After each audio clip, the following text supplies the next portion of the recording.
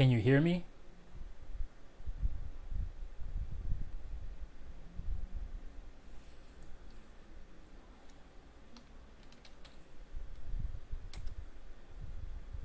Oh.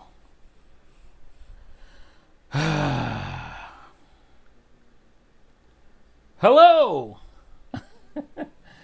Trash. I don't know. Is this user error? I don't know. I thought I did everything the same.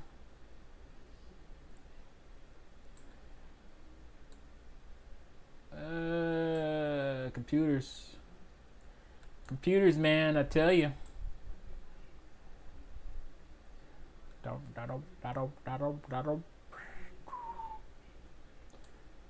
right.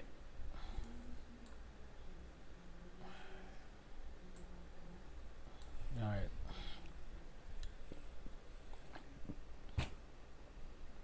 Oh shoot. No. Don't do that.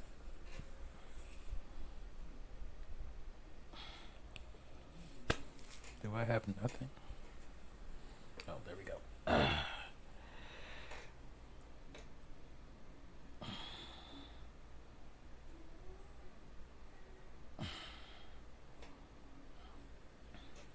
All right, who we got in here?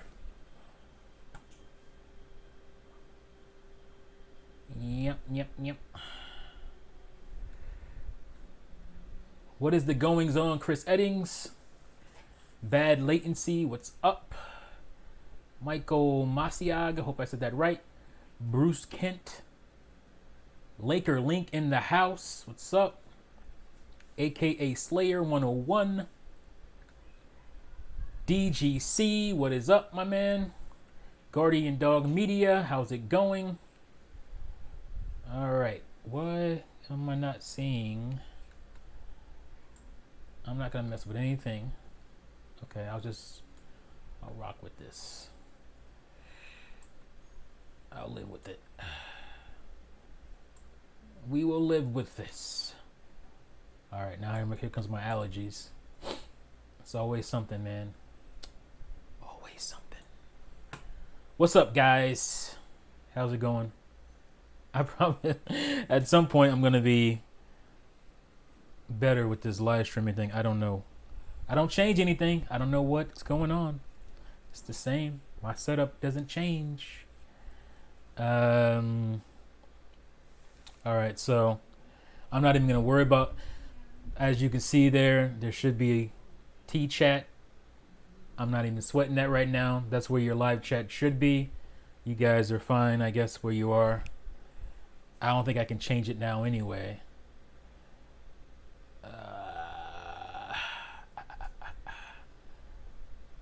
Where is it? I don't even see. It should say chat. Whatever. All right. Not going to mess with it. It is what it is. What's going on? What's up, Liquor Link? Wingy Gang. What's up, Wingy? What's up, my man? Isn't it like really late where you are? Or really early, however you depend on it. All right. Everything is fine, says DGC. All right. So, obviously we're going to be talking about the Nintendo Switch, almost said mini, Lite, even though I just did a video on it, which a lot of people seem to like.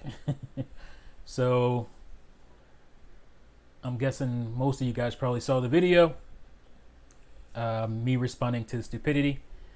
We're also going to be doing... Oh, goodness.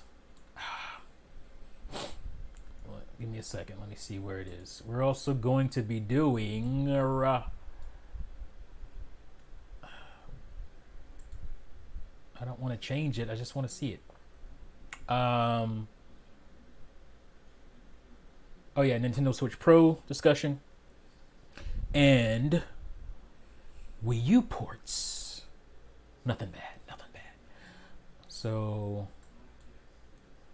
All right. Let's get into it. So, as you guys have seen with the announcement of the Nintendo Switch Lite. Chris Eddings says the video was hilarious. Thank you, my man. Oh, Wingy, you're at work. Good on you. Hope I can entertain you while you're at work. Maybe bored, I don't know. Yeah, 2:15 a.m. I knew that because Clocked It, who's in the Juices Loose podcast with me, lives in England as well. And about this time, we're usually getting off, and he's like, it's either close to 2 or around that time in the morning. So, yeah. Enough with the Wii U ports, says DGC. What's up, the spook who sat by the door? Lovely name, love it. Evidan Smith, what's up? The Lite is already sold out. Yeah, no surprise there. So let's talk about that. So obviously I did my video reacting to the stupid reactions, which happen. It seems it only happens when it comes to Nintendo hardware. I don't know if that's because Nintendo fans are more in tune, or it's just like Nintendo haters. There's some. I don't think it's mostly that. I just think it's Nintendo fans. Some of us, obviously not all of us, because I don't care. I understand why this is a thing, but some of us are, I don't know, we feel like everything Nintendo puts out has to be for us. What's up, Think Talk Game? That is Coloco, right? That's your new setup, if I'm not mistaken. Yeah, so I just feel like everything that Nintendo does has to be for them, which they seem to be fine when it comes to games. They understand that not every game is for them. You have Pokemon fans who like Pokemon, who may not like Smash Brothers, and those fans may not like Zelda, and those fans may not like Mario. So it seems to work on the software side of things, but it seems like when it comes to Nintendo hardware, these guys lose their minds. So, you know, for over a year now, we've been speculating on the Switch Mini or the Switch Lite. Everybody pretty much nailed it as far as what they thought it would be, because we're Nintendo fans and we understand for the most part how Nintendo thinks, and they do similar things with their hardware a lot, which is fine. So we all thought it would be what it is, which is a portable, basically a portable Switch, smaller Switch that doesn't have a lot of features like HD Rumble, and the Joy-Cons don't come off. It's one contained unit, no surprise there. And I think the best example of what the Switch Lite was gonna be was the 3DS, or excuse me, the Nintendo 2DS, the first one, and the second one to some extent, but mostly the first one, where it was like a cheese wedge, everybody called it. And it took out, you know, the 3D. It took out the 3D feature basically. The screen was, I believe, the screen was smaller, or was at least it wasn't as big as the XL, obviously. And actually, that screen is one screen. The 2DS, the first 2DS screen, is actually one screen. It's just separated. So you have your top viewing screen, then you have your touch screen on the bottom, but it's actually one screen. So Nintendo saves a lot of money by just making one screen, no hinges for folding, so you're not separating, you're not separating hardware by having to do wiring and all that stuff. It's all one contained piece. The circuit, you know, the main motherboard and all that's all together, makes it a lot cheaper.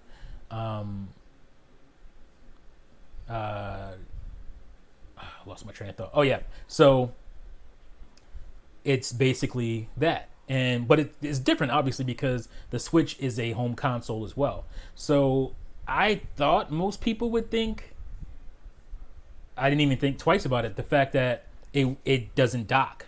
And I'm like, well, yeah, it's not going to dock. First of all, it's smaller, so it's not going to fit in your old dock.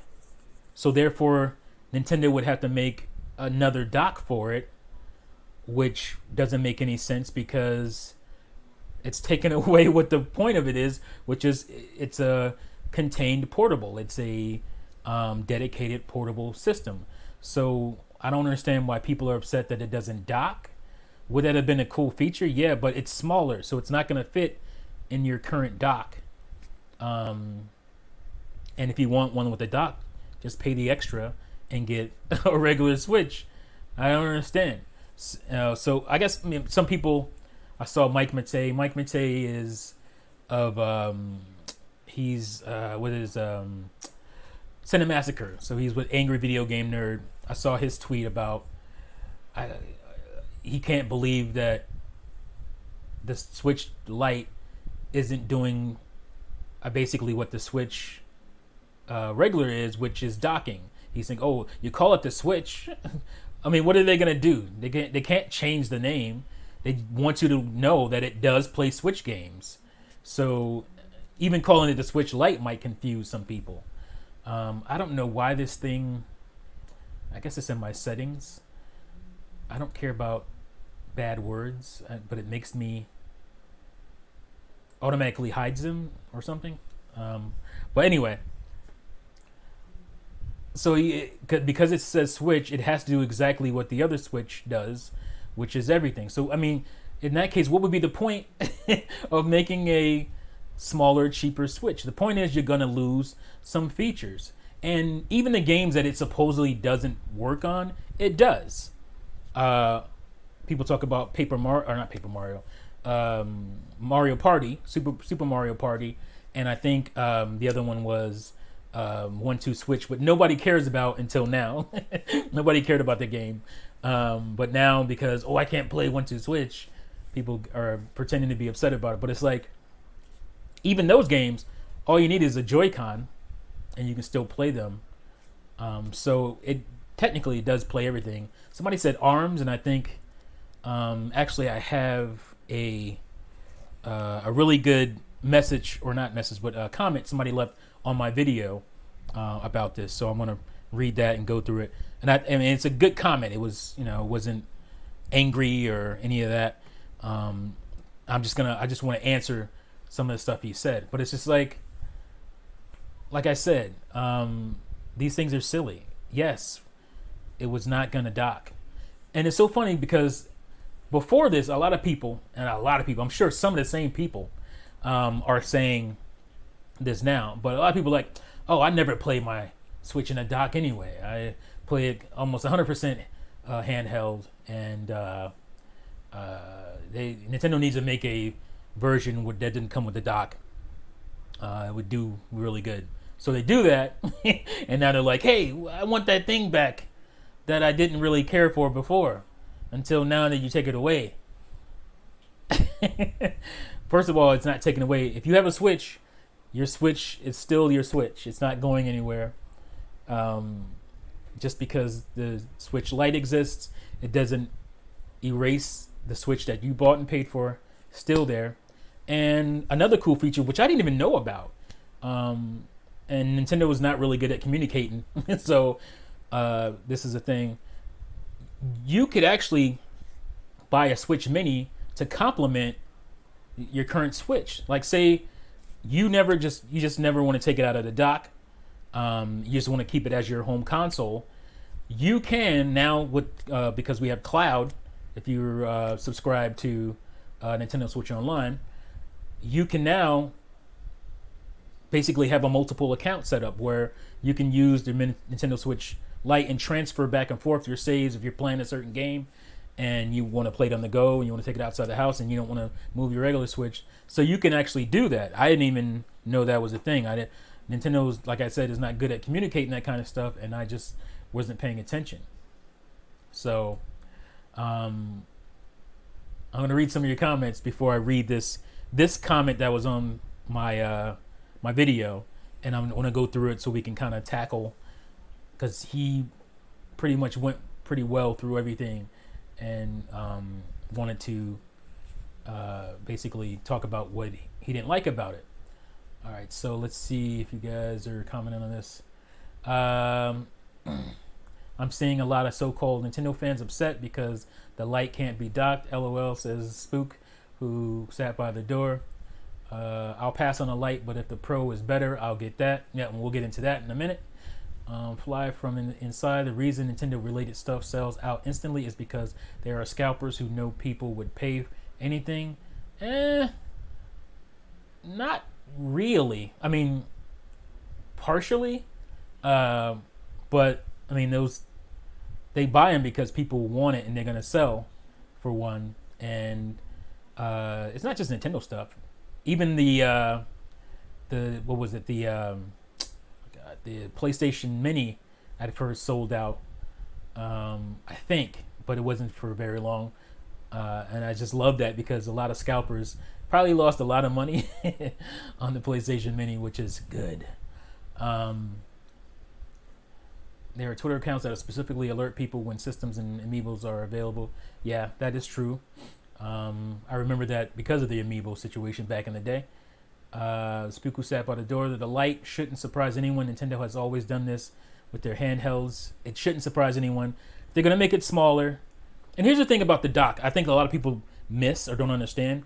When you dock your Switch, your current Switch, isn't it significantly hotter in the dock? I don't know if you guys notice it.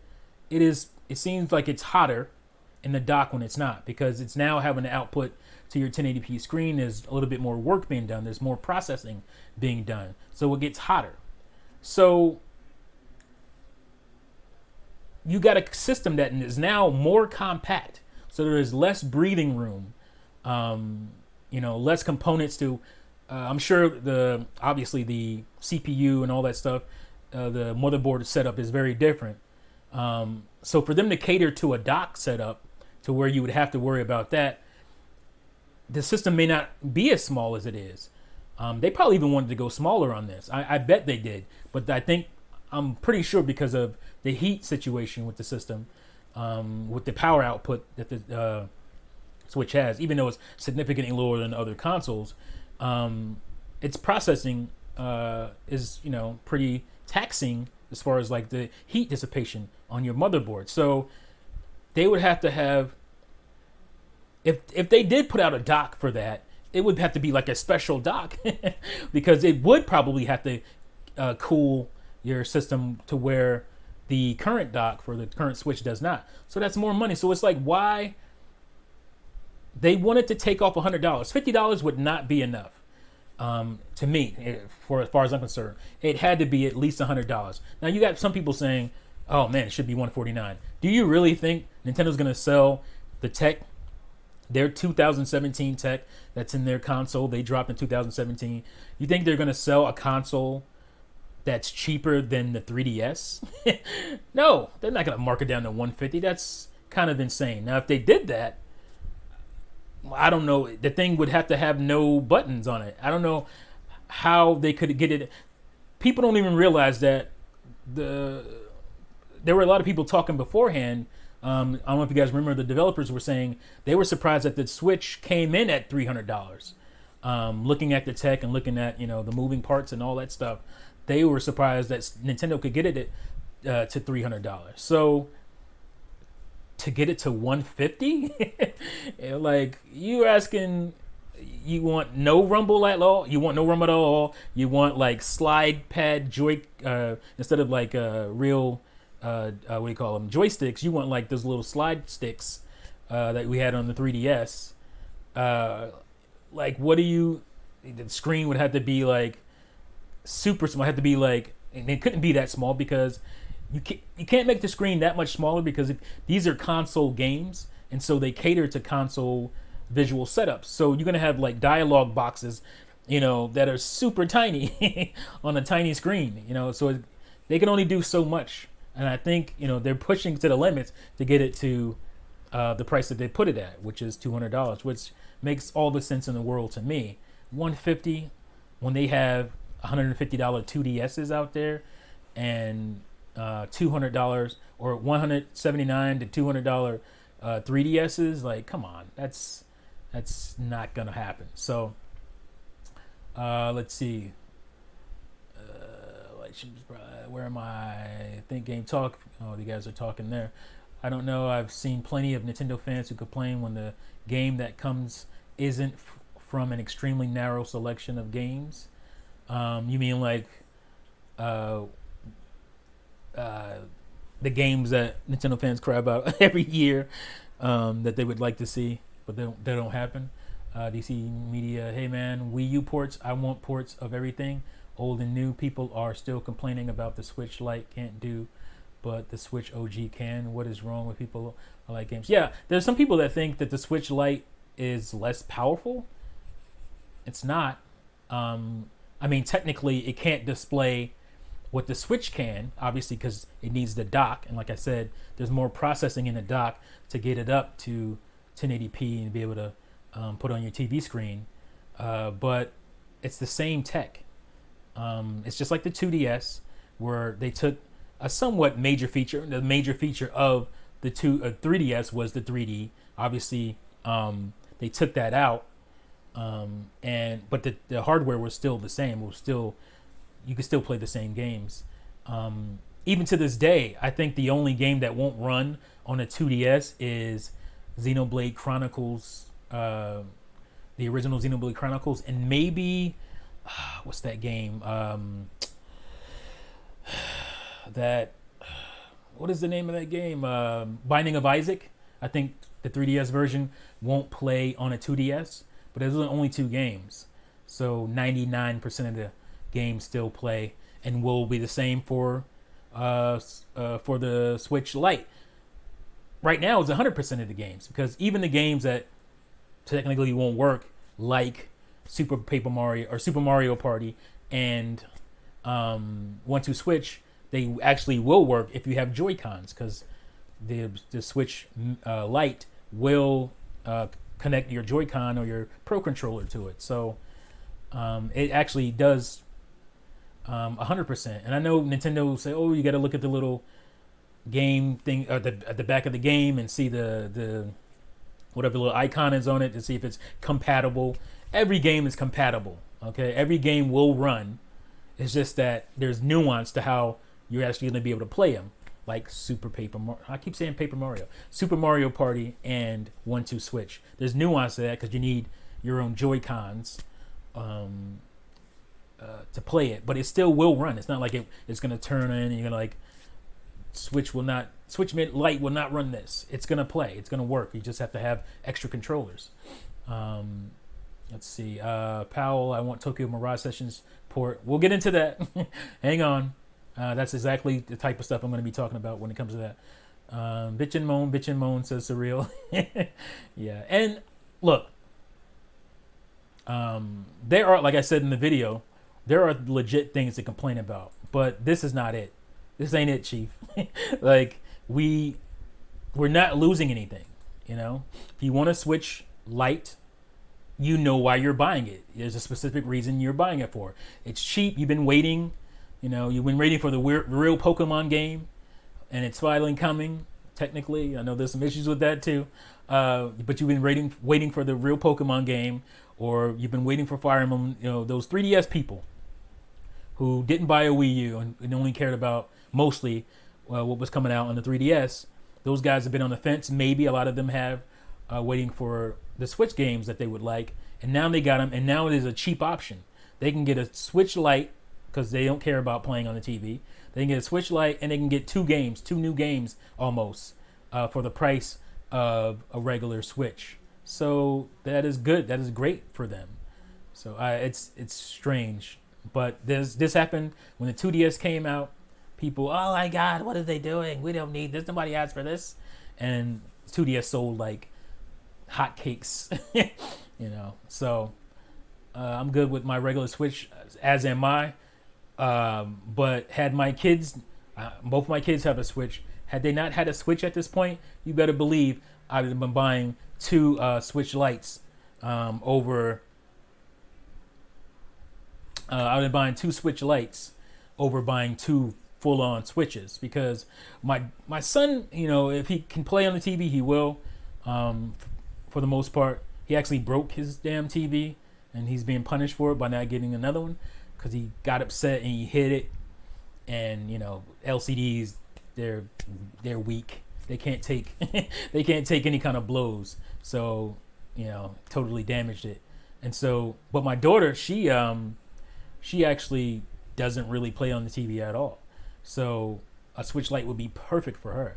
And I might still get her one because, like I said, I've been having Joy-Con issues. So have they.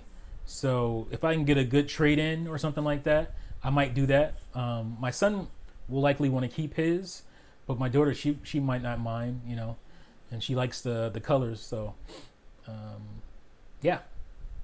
All right. So where am I in these comments here? Someone who travels. You guys are talking to each other. I don't want to get in on that. Do you think the handheld? Think Game Talk. Do you think handheld Lite games will run better than handheld OG Switch? I don't think so. I think it's gonna run pretty much the same. The problem, I think, if anything, because most companies, I think they build their game for the handheld first. I think, and then they expand up from that. But yeah, so I don't think anything really will change as far as because I saw somebody's video, I'm not going to mention, who thought that, oh, you're going to have to make this version of the game and that version of the game and this version of the game. No, you just keep on making your regular Switch version of the games, and then we'll run on everything. The only difference now is you're going to have an audience of people who, don't have Joy-Cons separate. So, you can still make your game the same way, though. Even that does not affect it. It just, if you're out, you can't hand off a Joy-Con with a Switch Lite. That's the only difference. It's still the same hardware. So nothing really is going to change. What's up, call me, Chemo. My wife is texting the crap out of me for some reason. The old Spanish guy from you. Oh, she's watching something, and I guess she's talking about Mark Margolis is in a show she's watching. I don't know if you guys know, but as a filmmaker, I ran into plenty of actors. One of them was this movie I was working on in 2009, 2010. And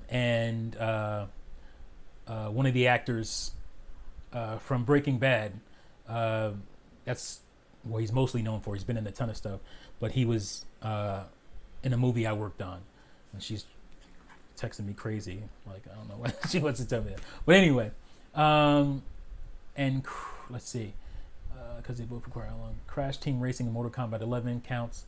So those games with nuances. Crash Team Racing and Mortal Kombat 11 count? Why? Because they both require online to get collectibles. Okay, well, when I take my current Switch out, I don't always have an online collect. See, that's the thing. When you're at home, I'm guessing you're going to be on your Wi-Fi, so it doesn't change. And just like with your current Switch, if you took it outside the house, you may not find a Wi-Fi connection. So I don't see how it doesn't affect those games either, because you have to go on Wi-Fi anyway when you take your Switch away from your house. Right? I mean, so it doesn't change anything in those games at all. It is the same thing, guys. There's no difference. The only difference is you're not hooking it up to a TV. The online situation is the same, other than the fact that when you're at home, you can't hardwire it. But that's the only difference.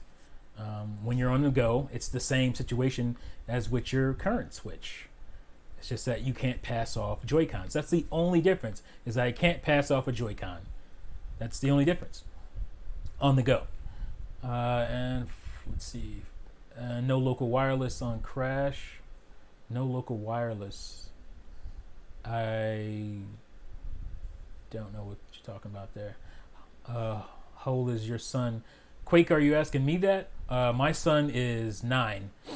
And he's had his Switch. I think he got his a year after I got mine. Let me see. No, he got his for Christmas, so not even a year. So, 9 months, 7 months? It's not 9 months, 7 months. 9 months after I got mine. So, he was about to turn, he was only about to turn, 8 at that point? So, he was 7, about to turn 8. His birthday's in January, so, He was 7 when he got his. My daughter's 7, so they're young. You live in that Switch Lite. You live in that Switch Lite life tea, says Alex. No, but I'm sure I will at some point, and it may not be for me, unless they come with a nice design that I really like. They're getting there with that a Pokemon one. It's not quite there, but who knows? If I see that thing in the flesh, I might snatch it. I might snatch it up. So, it's a ridiculous argument that certain people keep bringing up with almost every Nintendo console revision. Yeah, surreal. Like I said in my video, it only seems to happen with Nintendo's console, and because if you look at, nobody complained about the Xbox One S. People actually welcomed that thing.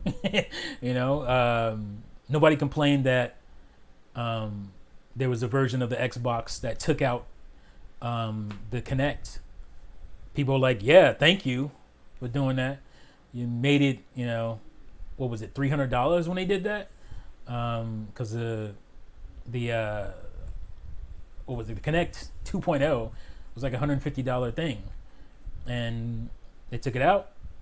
It was either $300 or $350. I think I got mine at $300, if I'm not mistaken. But nobody complained about that. And then, 2 years later, you got, not even. Was it? Yeah, it was 2 years later, you got the S. And then, a year after that, you got the X.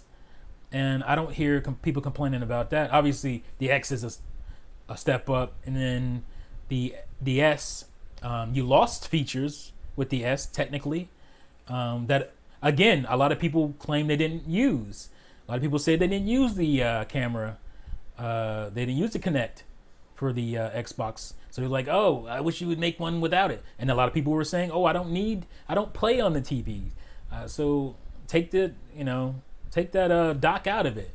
And that's what this is for. If you still wanted to connect, or you still want to connect, you can go out and buy one, with the Xbox. But this is for people who don't care about that feature of playing on the TV. And there's a lot of people I hear all the time who say, I never dock my Switch. This is for people like them, or people on the fence who are like, oh, $300 is not quite what I want to pay. And I don't really care for playing on the TV. Oh, $200. Yeah, I'll get that. So that's for them. And yeah, it's sold out now. And I think I think this holiday it'll be sold out again. They're not going to be able to keep up with the people going out and getting Fire Emblem, getting Luigi's Mansion, getting, oh my God, if Animal Crossing would have came, getting Pokemon with the's Switch Lites is going to be insane. People are not going to be able to keep up with the stock, I don't think. Nintendo is. So, yeah, it's actually going to end up forcing people to buy the regular Switch when they weren't really wanting to. They're like, oh, I guess I'll have to get the regular Switch because that's the only one available. I think it's going to sell bananas. I do. But again, it's not something for me. I'm not trading in my Switch for that. That's something I do. I don't think I'd trade my Switch in anyway. But that would be something, at least usage wise, I would trade it in for a Pro. My Switch doesn't leave my house. See, okay, so you definitely don't care about the Switch Lite, the Spooku set by the door. You definitely don't care about it. Aren't they changing the SoC in the Switch Lite? I think that is for the regular Switch. Well, they got to be changing it for the Lite because it's a different setup. So, but they're definitely going to be. Well, I don't want to say definitely, but it seems like from filings that they are doing a revision, a hardware revision, internal, nothing for us to worry about. Most likely for cheaper, to make it cheaper and easier to manufacture for Nintendo. They're doing a revision as far as that goes. So it's like, Sony does it all the time. Microsoft does it all the time, where they don't really change the outside of the box, but the insides have differences. And I mean I noticed that a lot during the PS3 era, because I used to buy broken or non-working PS3s and refurbish them, and so I would see all the different little changes inside, even if they weren't changing on the outside of the case. So it's just something like that. You won't even notice it. It's just like, okay, this is the 2 years we've been putting out this model. We're changing the model. It's going to be better at this, more compact. It's not a necessary change to the graphical output or anything like that. It's just a manufacturing thing that makes it cheaper for Nintendo and just more efficient. Let's see. Why do they release $100 buck cheaper dockable Switch? It would surely take the sales away from the OG Switch. No, it's not.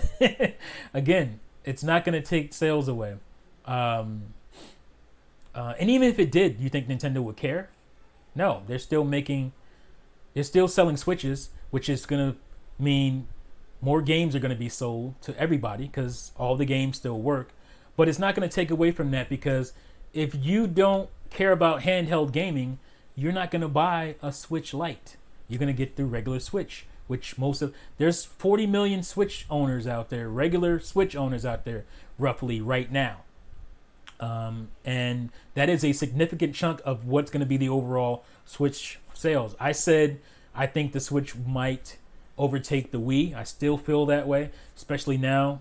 And this is one of the reasons why I thought the Switch would overtake the Wii at some point, because unlike the Wii, the Switch can do this. It can do these things where they make these smaller revisions, that makes cheaper.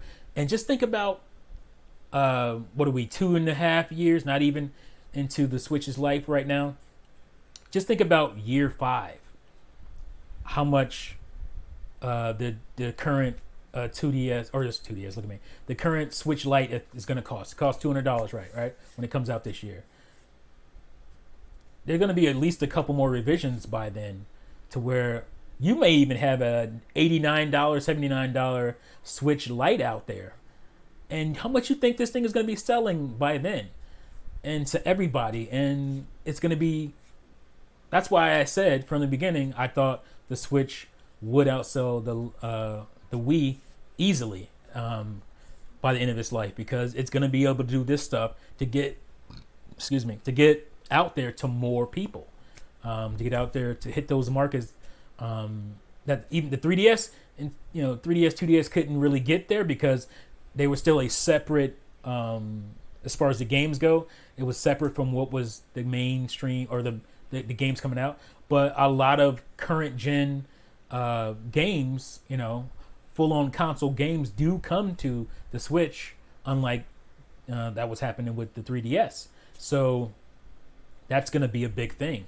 And by the time it's $89, $79, the Switch is going to be, even then, is going to be a nice compliment to somebody who has their core home console sitting at home. They still have this system that puts out really nice graphics for a handheld, especially, that they can take with them. So that's why I said I think it's going to kill it. And it's not going to affect, because people are going to want their home console experience. I want to play my Switch on the TV. Mostly, I think I'm probably 80%, 80-20, maybe 75, 25 or something like that. Somewhere around there. 75-25 is probably where I'm at. Some people are, kind of in the middle. There's some people that are 2070 or 2080 handheld, or almost not handheld at all. So there's people, it's choices. Again, it's choices.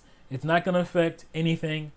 And at the end of the day, if it did affect anything, so what? Nintendo's still selling Switches, regardless of what the form factor is. They're still selling Switches. They're going to sell more Switch games. So at the end of the day, it really doesn't matter. But I, for one, believe there's going to be a Switch Pro or whatever coming. And I think it'll be next year. And we'll talk about that in just a second. Let me read your comments here. I don't want to go back. I think I went back too far. Why would you?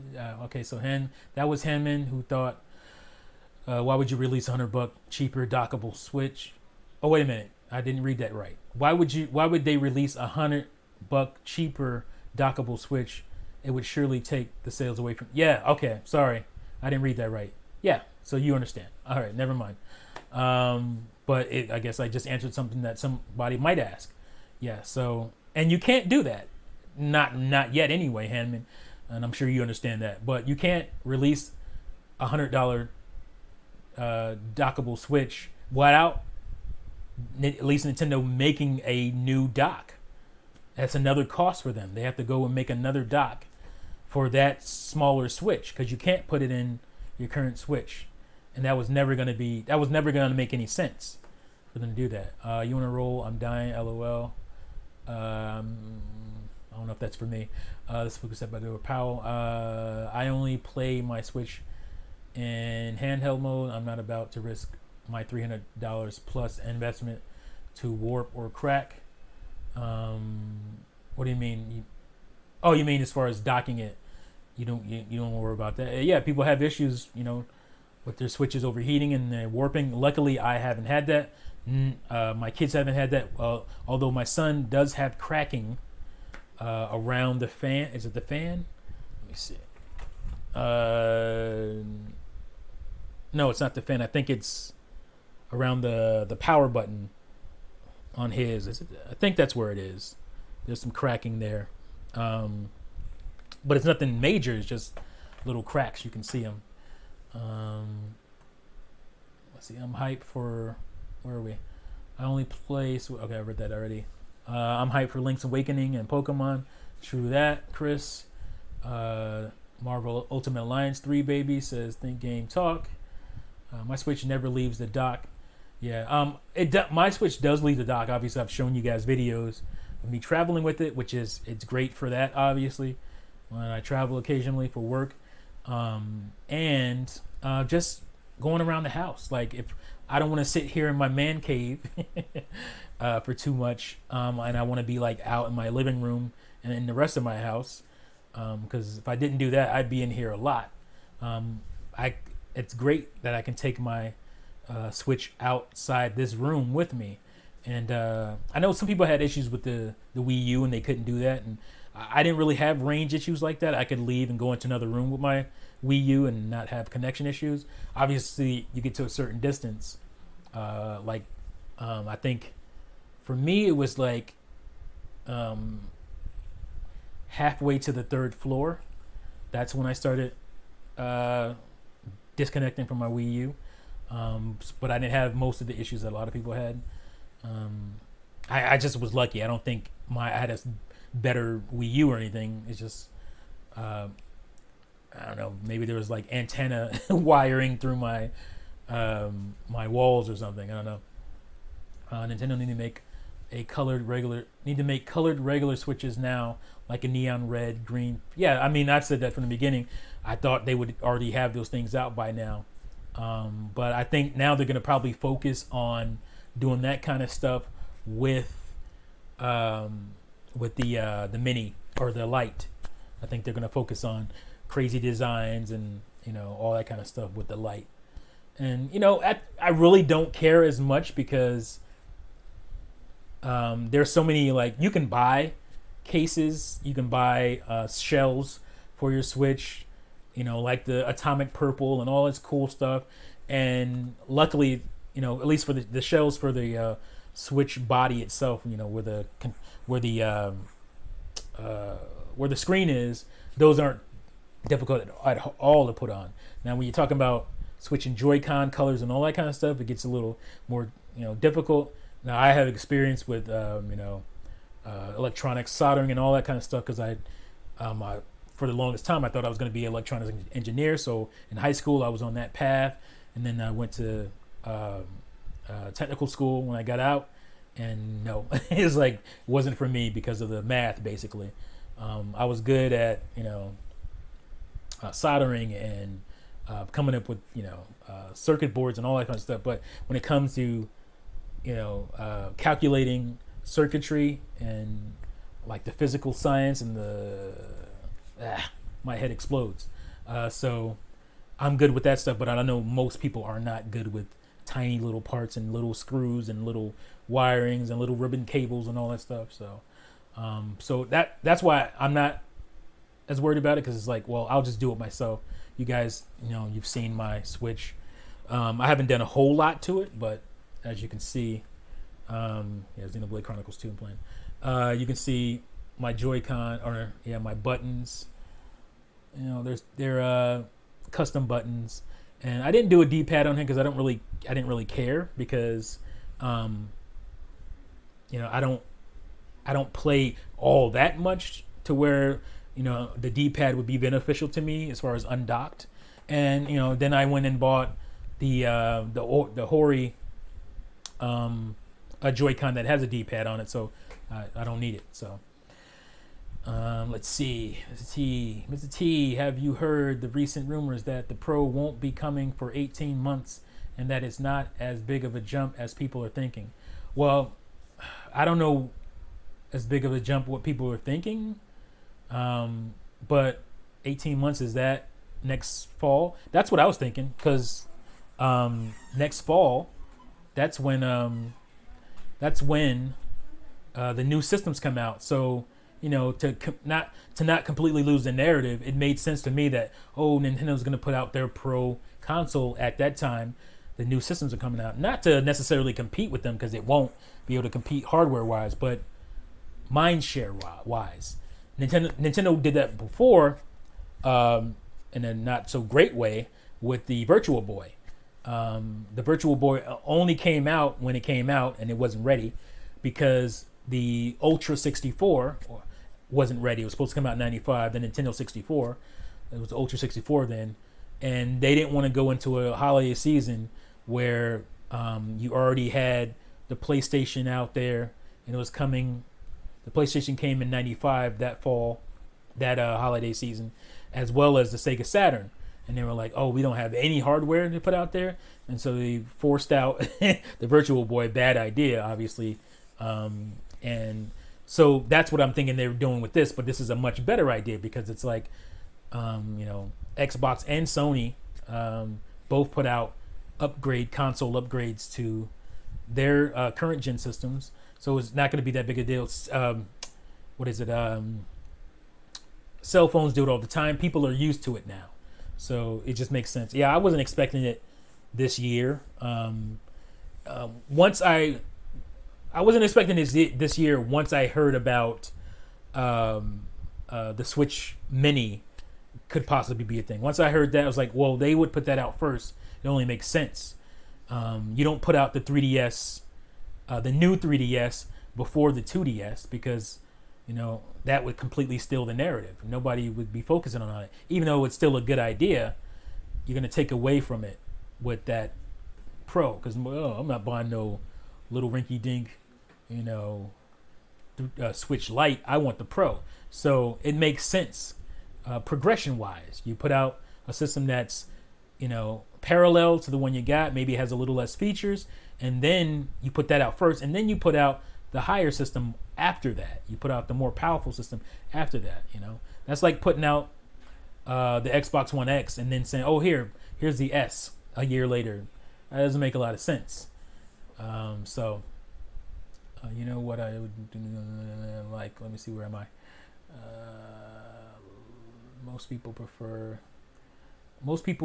who prefer one way or the other already have a Switch, right? And you can do both ways. Like, you already have the option to do both ways, right, Trizzy? So where am I? Okay, so I'm after that. I believe I'm with you on that, Clogo. I believe that that is a thing that's going to happen especially once they announced that the Switch Lite was coming this year. I was like, well, they're not going to put out the Switch Pro, until after that, and a year after that makes complete sense to me, because by then, the current Switch, the SKU that everybody has right now, it will be over 3 years old, 3.5 years old. And you want to put out another model of that at that time, makes sense. And what's going to happen, this is what could happen. The Switch Lite could, by next holiday, drop down $20 to $50. And then the Switch current that we have now could drop down $20 to $50, most likely 50, down to 250, and then the Pro could come out at 300. You know, so that would be very sensible. 300, maybe even 350, depending on what they're going to do with it. I don't think they're going to make it powerful like Think Game Talk was saying. I don't think it's going to be some crazy leap. I never thought it was going to be some crazy leap. I just thought it was going to be maybe they'll add some more RAM to it and a little bump as far as the clock. What the clock they're going to what do they call it? Overclock it. I think they're just going to overclock the current Switch. Maybe the dock will compensate for that in some way. The new dock, maybe not. Probably not, because they probably want you to be able to put it in whatever dock you have. So they'll probably just slightly overclock it, add some more RAM to it, and that'll be your Pro. Maybe even make the screen on it 1080p for mainly for VR purposes. So that's my thoughts. Do you think the Switch has the potential to outsell the DS and PS2? No, no. 155 million? Nah, I don't think it'll get there. I think it might hit 120. I think it has potential to do that. And that's up to Nintendo, how long they support it and, you know, what they keep doing as far as games and stuff. Features, that will help. They add more features to the current Switch. That will help it sell better. But I think probably more like 110, somewhere in there, 110 to 120. That's my guess. But I don't think it'll hit that. I mean, that was a different time, man. PS2 hit that because it was the cheapest DVD player out there. So people just bought it for that alone. And it's like, oh, I can also play games on my DVD player? Yeah. And a PlayStation? Yeah, sure. DS was just a phenomenon. Crazy. This is before, you know, cell phones and stuff, games and stuff like that. This was the beginning of that. So, yeah, DS was a crazy situation. So I don't think we're going to hit that, but pretty good, though. You know what I mean? Adult Joy-Cons, bigger Joy-Cons. Yeah, we could definitely use Joy-Con revisions. That's one of my major complaints with my hardware right now is my Joy-Cons. Give me an $800 4K Switch Pro. I don't want that. I can live without that. Because if you're going to put out a Switch Pro that's $800, you're putting some significant hardware in there, and that's just going to piss off developers. It's like, well, you know, what are they going to do? They're going to make 5 different versions of the game, or not 5 different versions, but 2 different versions of their game for the Switch family. No, you don't want to do that. You want to do what Xbox did, and you want to do what Sony did with their Pros. This is a con with the Switch Lite. Once the controls break, that's it. With the regular Switch, you can easily replace the controls. I've heard this, and it's just the weirdest thing to me. Once the controls break, is that something new to a handheld? Or is that specifically to Switch Lite? Like, wasn't that the case on your Game Boy Advance? Could you buy new controllers for your Game Boy Advance? Or your PSP? Or your Game Boy? Like, I don't understand that argument at all. Your Vita? What if your Vita joysticks broke? Could you replace them? This is a dedicated handheld. This is the things you have to deal with when it comes to that. So I don't understand why that's an argument. It doesn't make any sense. It's a dedicated handheld. If you're any dedicated handheld you have, if the button stopped working, then it doesn't work. But here's the difference. If you already have a Switch and that happens to your Switch Lite or something, you still can do something with those games. You can still play them on your regular Switch. That's, in that case. But I don't understand that argument. That's the same argument you make for every handheld. If the button on my iPhone, where's my iPhone? If the button on my iPhone stopped working, if this button stopped working, what do? I can't, there's no Joy-Cons. I have to get another phone. Yes? No? Or repair it myself, which I would do because I know how to do it. So I don't understand that. I don't understand how people think that's a legit argument. Just think for 2 seconds about it and you're like, well, yeah, that's the case with any handheld. So I don't understand that. I've heard that in the video. I think maybe that's where you got it from. I hope not. because you should be smarter than that. But that's not an argument at all. Fly from inside. Trizina, yes, but the controls are less likely to break. Yeah, and again, they're more durable. They're less likely to have any of the problems that the current Joy-Cons have. So that's a benefit. So, but again, that's still not an argument. Even if they weren't more durable, it's a dedicated handheld. If your controls break on any dedicated handheld, you know what? You need a new dedicated handheld. That's just how it works. That's not a scenario that makes sense as a negative. Let's see. All right, so I think I've lingered on for this thing long enough. Moving to the next topic. I'm already late to this freaking broadcast thanks to issues. But yeah, so next topic. What's up, Real? How's it going, man? What's up? Let's see. Nintendo Switch Pro, was that my next thing in the thing? I think that was it. So Nintendo Switch Pro. Well, we kind of talked about it already. So it's like, that's a system that I would be interested in, that I would care about. And it's not for the same reasons that a lot of people would care. Let me get a drink here. Heineken, Mother's Milk. It's not because I need more power. I want more power on my Switch. It's because I'm having hardware issues with my current Switch, and I just want to replace it, and I don't want to replace it with the same model. I don't want to replace it with a hopefully more durable model, more sleek, more elegant model, and that would be what I would replace it with as far as my usage. I want better, more reliable Joy-Cons. I would hope at that point Nintendo understands that. You're at work too, Real? This is like the work podcast. This is like the I'm at work podcast. So I want more durable Joy-Cons. I want more pro setup. I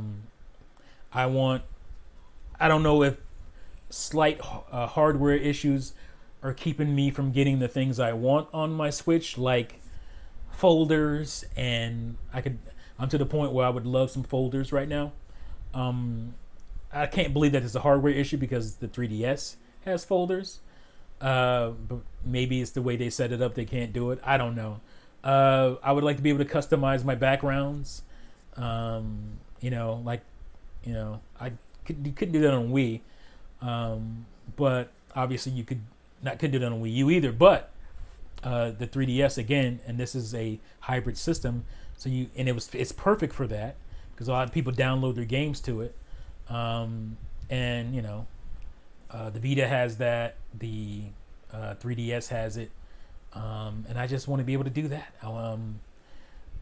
It's not even just custom backgrounds. You can have custom music that go with those backgrounds for your 3DS, and I want something more than the bland gray or the bland white background. Obviously, those are themes, and I would think Nintendo will be able to just easily, in a update or something, be able to open up more themes. But for the most part, I just want more durable hardware for my Switch, my current setup. I would like to see some benefit to more RAM and a higher clock speed. Because some games are on the edge of that and they have issues here and there, and I want to see that if possible cleaned up to where the games are more smooth and visually more appealing.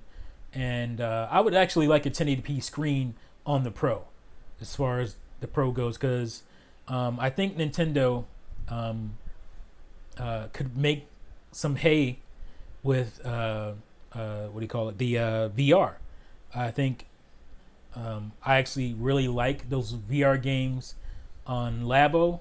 I like the implementation into games like Super Mario Odyssey, and Zelda Breath of the Wild.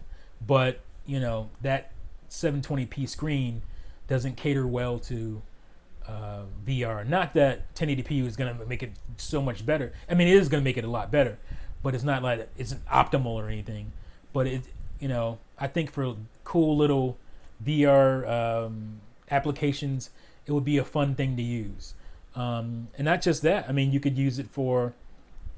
Well, this would be them implementing better apps like the Wii U had. What was the one the Google one where you could look around, or you could use the gamepad anyway to do that, to look around, to find addresses and whatnot, and you can actually look around the street. Wouldn't that be cool to have that on the Switch, and you have your whole VR set up, and you actually feel like you're in it? You know, what the gamepad was trying to mimic. I think that would be pretty cool. So let me see what you guys are saying here. Custom backgrounds would be awesome, says Powell. Yeah, definitely. Think Game Talk. I think lifetime sales being at least 100 million is almost guaranteed at this point with Pokemon, Breath of the Wild, Animal Crossing. See, that's the thing. We didn't have a mainline Pokemon game. You know, it didn't have, that kind of a game on it. And with the popularity of Fire Emblem now, and obviously Animal Crossing, we did have that, but the Wii sold 100 million. So the Switch is obviously going to benefit from that. But again, mainline Pokemon games, Yokai Watch, indie games are, selling really well on the Switch. People buy indie games on the Switch a lot because they like having that option to go with those indie games and stuff like that. So, we're going to get, I feel like we're going to get more core first party Nintendo games on the Switch because it sells well, and it's just going to keep kind of snowballing. It's going to keep, that momentum going. So, I think that's going to be great. Pro will not be PS4 Pro, Xbox One type of jump, more like a 3DS or DSi. Yeah, it's going to be more like Matthew Shea. I think you're completely right. It's going to be more like a 3DS to a new 3DS kind of a jump. A nice CPU jump, make things load faster, that kind of stuff. I don't know if there's more RAM in the 3DS, new 3DS or not, but it feels like it because it does run a lot smoother than the base 3DS or 2DS. So maybe they'll figure out something down the road. Well, all right, man. But I've been thinking about slide part. If they are larger, will they have a rail on the normal size one? Then if your slide switch looks odd, I think you're saying, the slide for you're talking about like these bad boys here, the railing system or whatnot. Yeah, I think that would be a bad move for them to make a different setup here, because you have so many Joy-Cons already out there. What they could do is make this beefier. Like, I don't know if I have them up here. So I bought these grips, if you will, whatever you want to call them, for I think these came out around the time of ARMS or whatever, and they have batteries in them, but I never use it. I just wanted it for the meat on it, And so you take this. Where is it? I'm putting it in backwards. Look at me. No, I think that's right. Does it go this way? You just gotta shows you how much I use this. And it slides in there, and that's so much better, beefier, And obviously this won't go on now because the railing is covered. But if you made the Joy-Con, thicker like this, beefier, and it had the railing here and slid on, it would still fit. It would fit in the dock because only this part's in the dock. This is on the outside of the dock. Everything past here is outside the dock. So it would still fit, but it would make your Switch beefier, even in handheld mode, be great. It'd feel like you had a grip on it. So I would like to see them do something like that, where these grips for the Pro, obviously will work on your Pro console, but you can also take those grips if you don't have a Pro, and use them on your current Nintendo Switch. You can use them on your current Switch, or you can have them on the Pro. They come with the Pro, but you can also sell them separately too. So that would be cool. So yeah, something that would make it more beefy in your hand, you know, because it's flat. You know, you're going from, see if you can see this or not. You're going from this kind of thickness to that much thickness, and it just feels better, you know, grip wise in your hand. Like, I like to use these not just for playing arms, but when I'm playing, because I play split Joy-Cons a lot. I like that setup because I like my HD rumble. So I play split Joy-Cons a lot, and it just, you know, feels better in your hands, especially for somebody with pretty decent sized hands like me. And that's how I like to do it. So that's what I'm looking for. Some Joy-Cons with some more meat to them, you know. Let's see. 1080p should be standard. Yeah, 1080p. I don't want to say it should be, because 1080p doesn't matter as much on the Switch screen itself because it's a small screen, you know. 720p is a really sharp image. But I think, like I said, for the Pro, for purposes of VR, the screen should be 1080p. And that would be the main reason for me. But 720p looks great on the screen this size. Obviously, if you had a bigger screen, it wouldn't be as great. But if they want to do, I think they should implement more VR stuff. Because I think people like that. I think people would like it. They can go back and enhance certain games and put games. That's the difference between the PlayStation 4, the PSVR, on that, and what Switch could do. You could implement VR for every game, full on first party or AAA, even third party AAA games could have VR on those mainline games if they wanted it for the Switch. And that's a cool thing. That would be great. And you know, VR is probably more taxing on the hardware, so a bump in the clock speed, like I said, more RAM would help that out, and the 1080p screen would be great once you have a goggle set up with your Switch, and you know, that would be perfect. And that's what I'm saying. I think that's the difference between what PSVR does. PSVR, they don't have big, for the most part. That means some games go back and do it, you know, like Doom has done a version, but they don't have to do a version. They can put it in their current game and say, all right, VR mode, you know, if you have, you know, if you want to do VR with your Switch, everybody has the potential to do VR with their Switch because they already have the hardware that they need. All they need, you know, Nintendo needs to get serious and make a VR headset that the Switch goes in and it's not made out of cardboard, you know, and you're not having to hold it the whole time.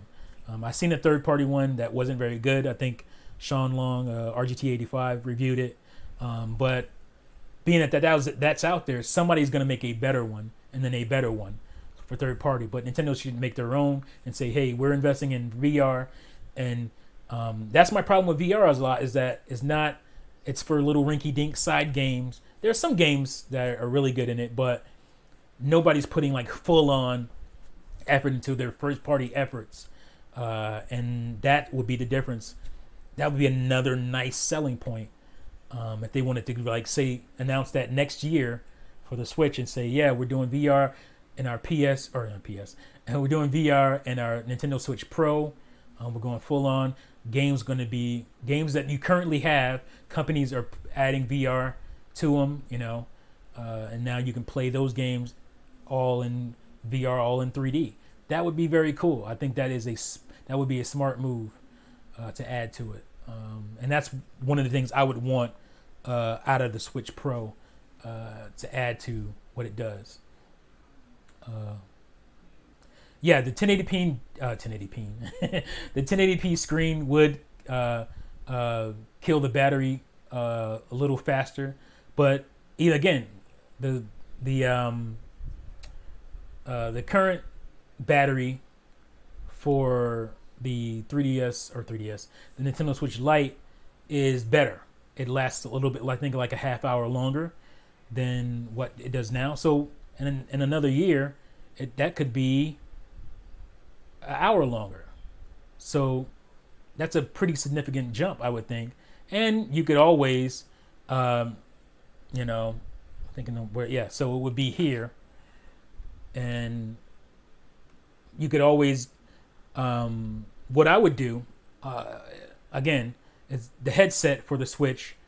I would have it. You plug it down into, just like your dock, your power input goes down into something electronic plug or something, and then maybe that comes out on the side. You know, there's a wire that you can plug in, and that's the only wire you have to deal with, or you don't have to deal with it. You can just not use that. But I don't think it's a smart thing to have it coming out of here, because you don't want that wire coming down in front of your face. But maybe on the side, if you're playing a game that you can't really play VR games all that long anyway without getting disoriented. Too bad. So I think, 2 hours is pushing it in a VR game. So I think it already is a good enough battery life before you have to take it off and come back to the real world. But so I don't think that would be that much of a problem. But I think by then they could have a better battery, because they already have a better one for the 3DS Lite, the Switch Lite. So regarding, let's see, I want achievements. Yeah, I mean, achievements, I don't really care for them. Obviously I get them on my Xbox, but I don't really pay all that much attention to them. But I know a lot of people like them. I thought for sure Nintendo was talking about something called accomplishments that we were going to get for the Switch. If I'm wrong about that, I might be. But I thought that was going to be a thing. So, I mean, that's part of the Nintendo Online or Nintendo's networking setup. And you guys already know how I feel about that. It needs work. So that's something they would implement for that. And maybe they would add that into a Switch Pro. Along with the other things I was talking about, like backgrounds and custom backgrounds and folders and stuff like that. Maybe that'll come out around that time. I don't know. I would like it to come out a lot earlier than that, like now, but it is what it is. So that is easily doable. I mean, the length look odd with the Switch tablet in the middle being shorter. Yeah. Inglourious Bastards, wouldn't the 1080p screen kill the battery? I already answered that. That Game Collector, I want achievements. Read that already. Matthew Shea, regarding larger Joy-Cons, I think the DXM Joy-Cons from Ori will be a proof of concept. Nintendo should pay attention. I do too. I think, again, I said it earlier that I think third-party companies are doing pretty cool stuff. So that's why it doesn't matter to me as much that Nintendo doesn't do it. But I would like an official controller from Nintendo that does a lot of this stuff. Real Gamer, 720p and a 4K TV don't look that great either. 1080p has to be the minimum requirement, especially when it comes to third-party games. Not sure what you're talking about there. Are you talking about? You can't be talking about the Switch's screen, because it has nothing to do with 4K TVs. So I don't know. Are you talking? You got to tell me exactly what you mean there. Because 1080p is already implemented on the, if you dock your Switch, there's a bunch of 1080p games, but obviously there's some games, a lot of games from third parties that don't do that, because the Switch can barely handle some of these multiplats, so they cut corners there. But maybe that's what the Pro could do. It could bring those games up to a solid 720 or solid 1080p.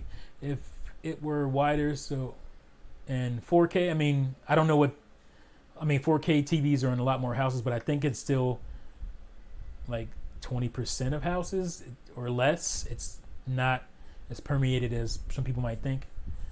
4K TVs, even at this point, are not luxury, but it's considered more high end stuff. It's not. Most people don't have that, and it's funny because when it comes to PCs and stuff, well, my PC blah blah does this and this and that. But if you look at the statistics for what people PCs are at and what they're using. Most people are on PC are 1080p or under, and a lot of them are much 720p.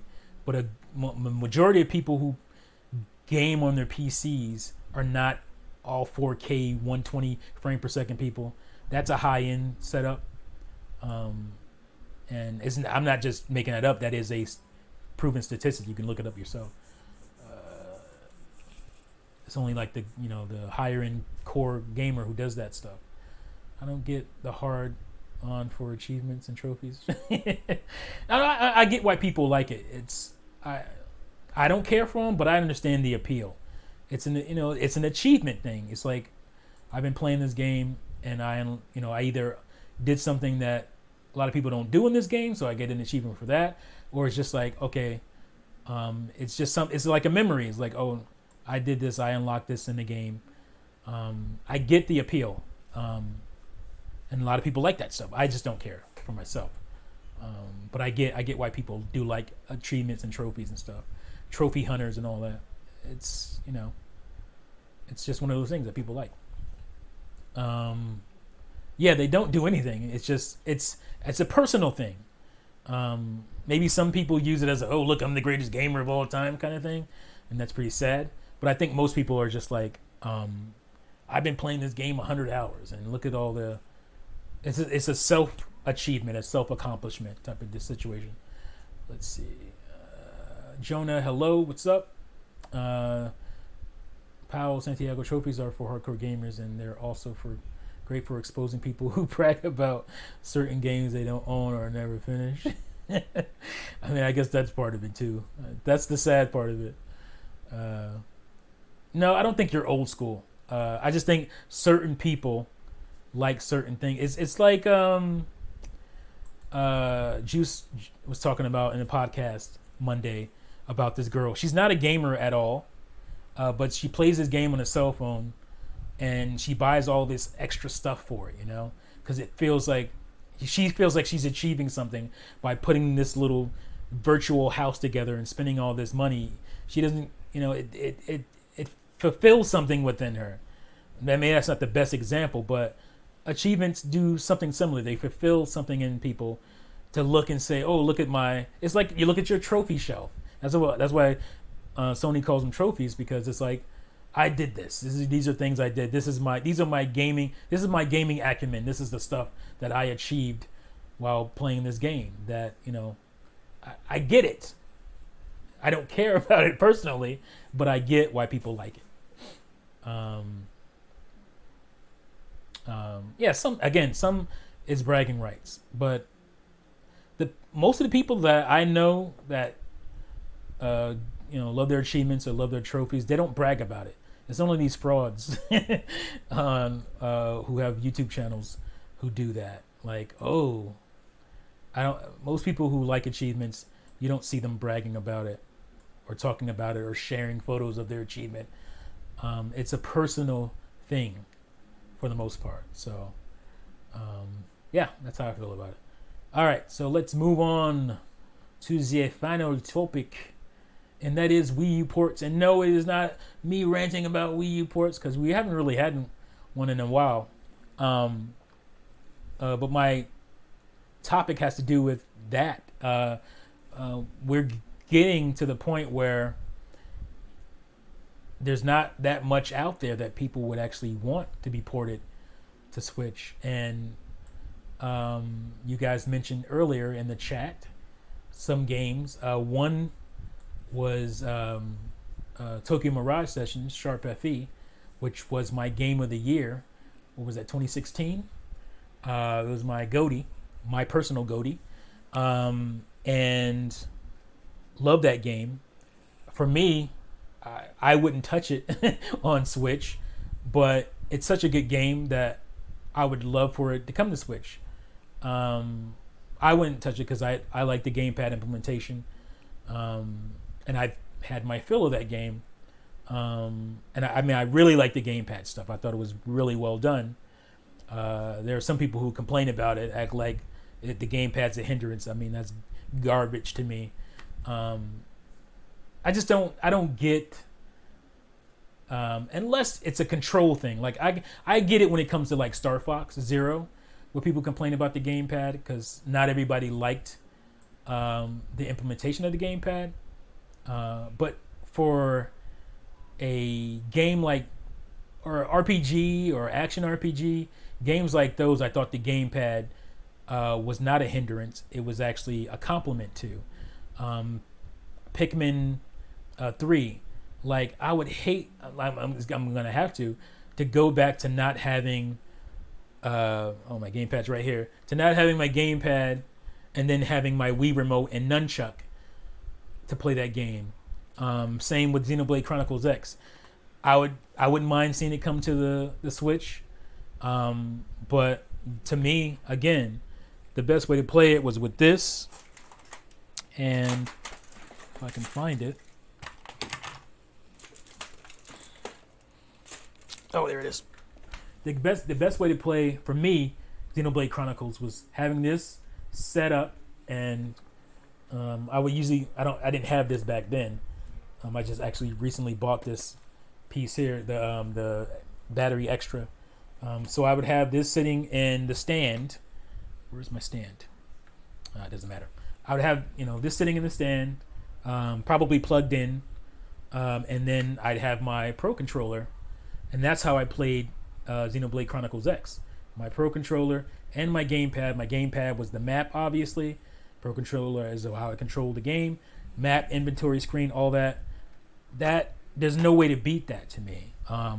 Bringing it over to the Switch. So where I wouldn't care about it at this point, you brought lesser games over from Wii U.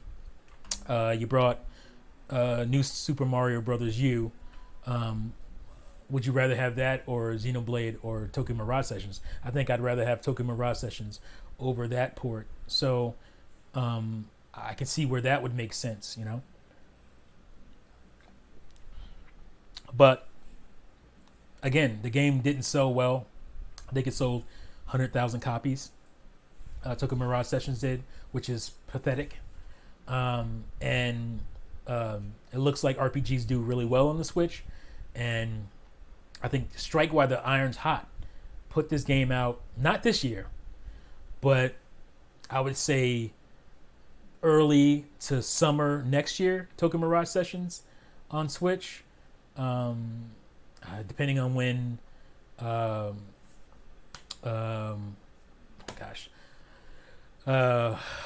Shin Megami Tensei, depending on when Shin Megami Tensei 5 comes out, I'm guessing it's going to be next year, so I wouldn't put it too close to that, but I think it would do really well on the Switch.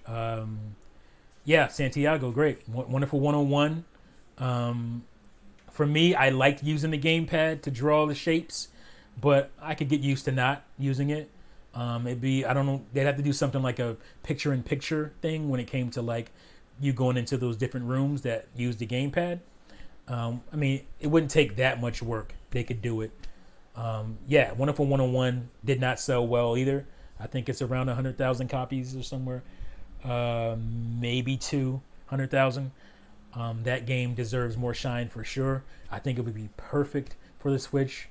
That would be great. Fatal Frame. Yeah, we never got a physical copy in the West. That would be great. You lose the gamepad, but we've had Fatal Frame games without a gamepad, so it could obviously still work. And I would buy it again because, again, I don't have a physical copy. I only have the digital on my Wii U. So there's that. But I put Wii U ports in the title, obviously. But those aren't the only ports I wouldn't mind seeing. Where'd that go? Bring it back. Come back. What's going on? Yeah, those aren't the only ports that I wouldn't mind seeing. I would also not mind seeing ports from the Wii, but not just straight up ports, HD remasters, because China is actually getting those. They've gotten HD remasters of I believe Twilight Princess, we got that on the Wii U, so I wouldn't care about it as much, but I can see why people would want it. Twilight Princess, Wind Waker is obviously on Wii U, but I like the gamepad stuff on Wind Waker again, so I wouldn't care for it myself, but I can see people wanting to play Wind Waker again on their Switch, especially on the go. That would be very cool. Oh God, I'm gonna get to that in a minute, DGC. I'm gonna come back to that, but like I said, Super Mario Galaxy is on those. Is on the what are they called? The Nvidia pads in China. They have these games on there, so it wouldn't be that hard to do because it's the same hardware to bring those games over and make put them on a damn cart and make HD remasters of them. There was certain Xenoblade Chronicles. That game needs to happen, I think, especially with the popularity of Xenoblade Chronicles 2 and Torna, and I'm sure there's going to be at least one more Xenoblade Chronicles game on Switch, at least one more. It would be nice to have that whole saga, Xenoblade Saga, on one console, on the Switch. That would be great. And maybe you could even do a trilogy pack or something down the line, like they did with Metroid Prime.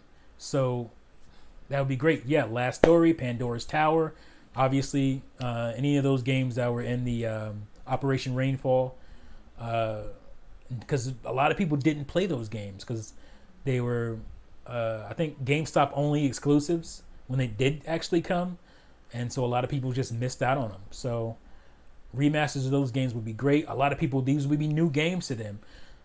Don't sell them for $60, but 40 and under would be great.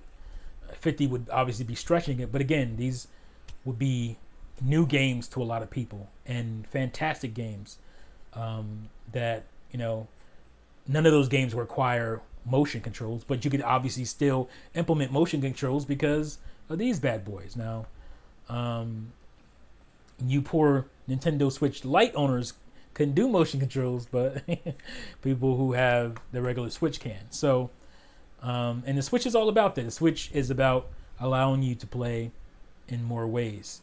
So, yeah, NVIDIA Shield. That right? It's also called NVIDIA Shield.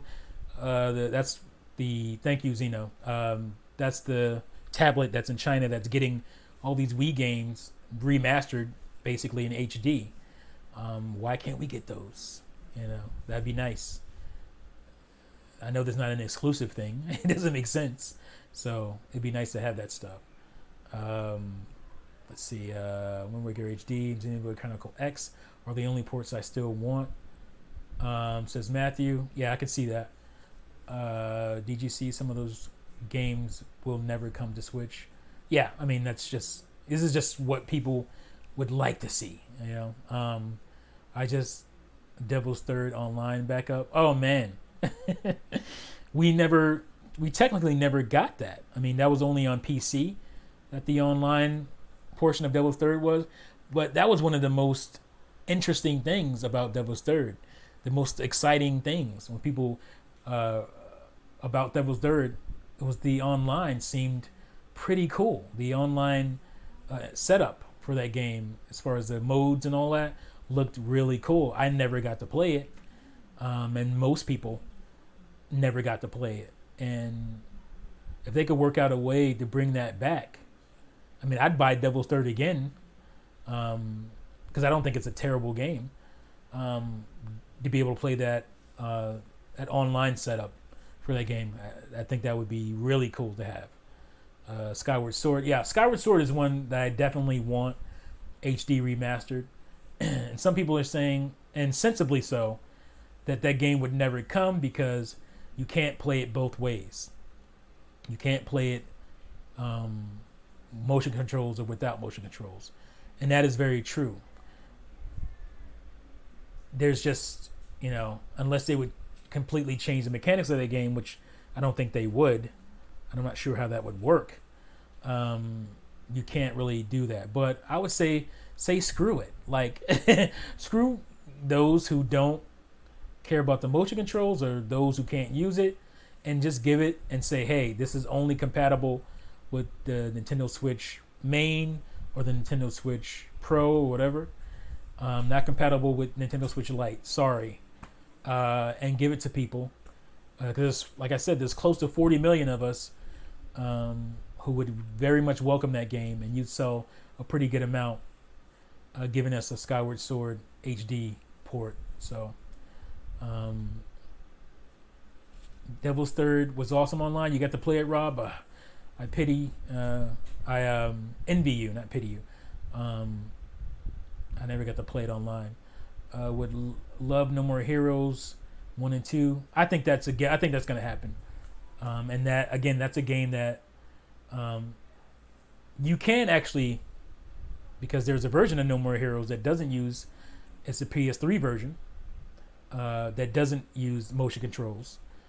So you can do both ways on No More Heroes. You can get around it on No More Heroes. You'd be losing a little bit, obviously, with some of the stuff that make it so unique. But you can still make a controller-based version of No More Heroes. So you can do both ways, and I think that's going to happen. Santiago, I think that's something that's going to happen. DGC, no, we got it on Wii U. I played it. What are you talking? You talking to somebody else probably.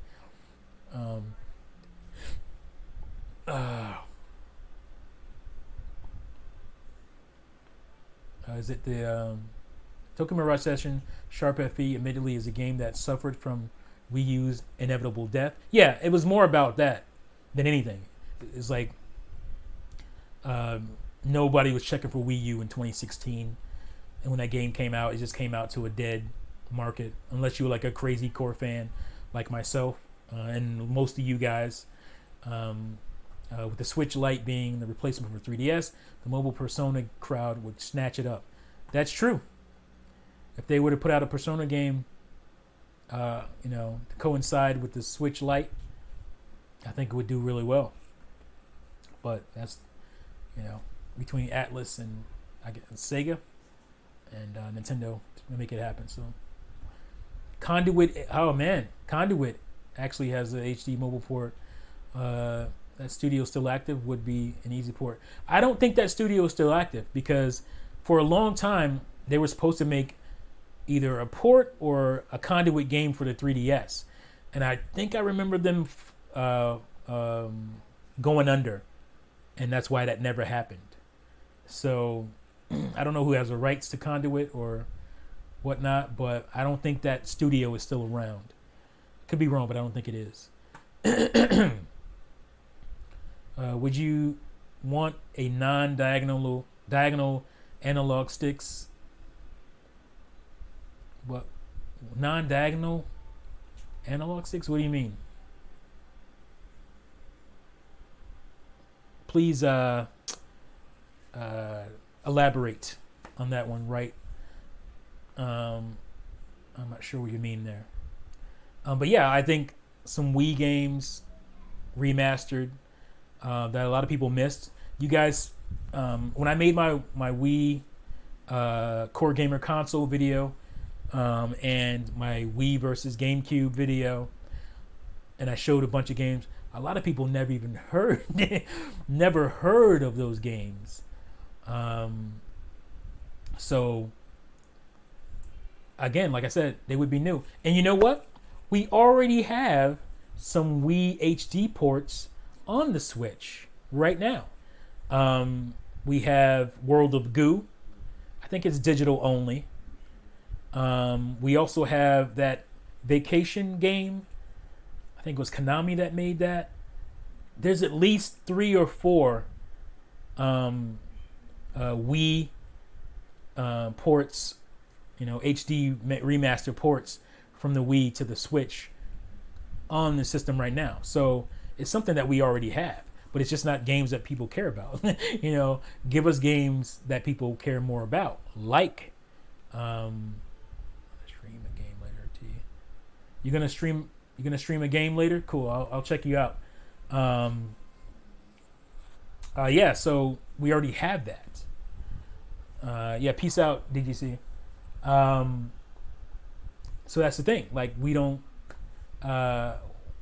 don't have the games that we. Like I said, I'm gonna maybe do another video talking about those Wii games that a lot of people just missed out on.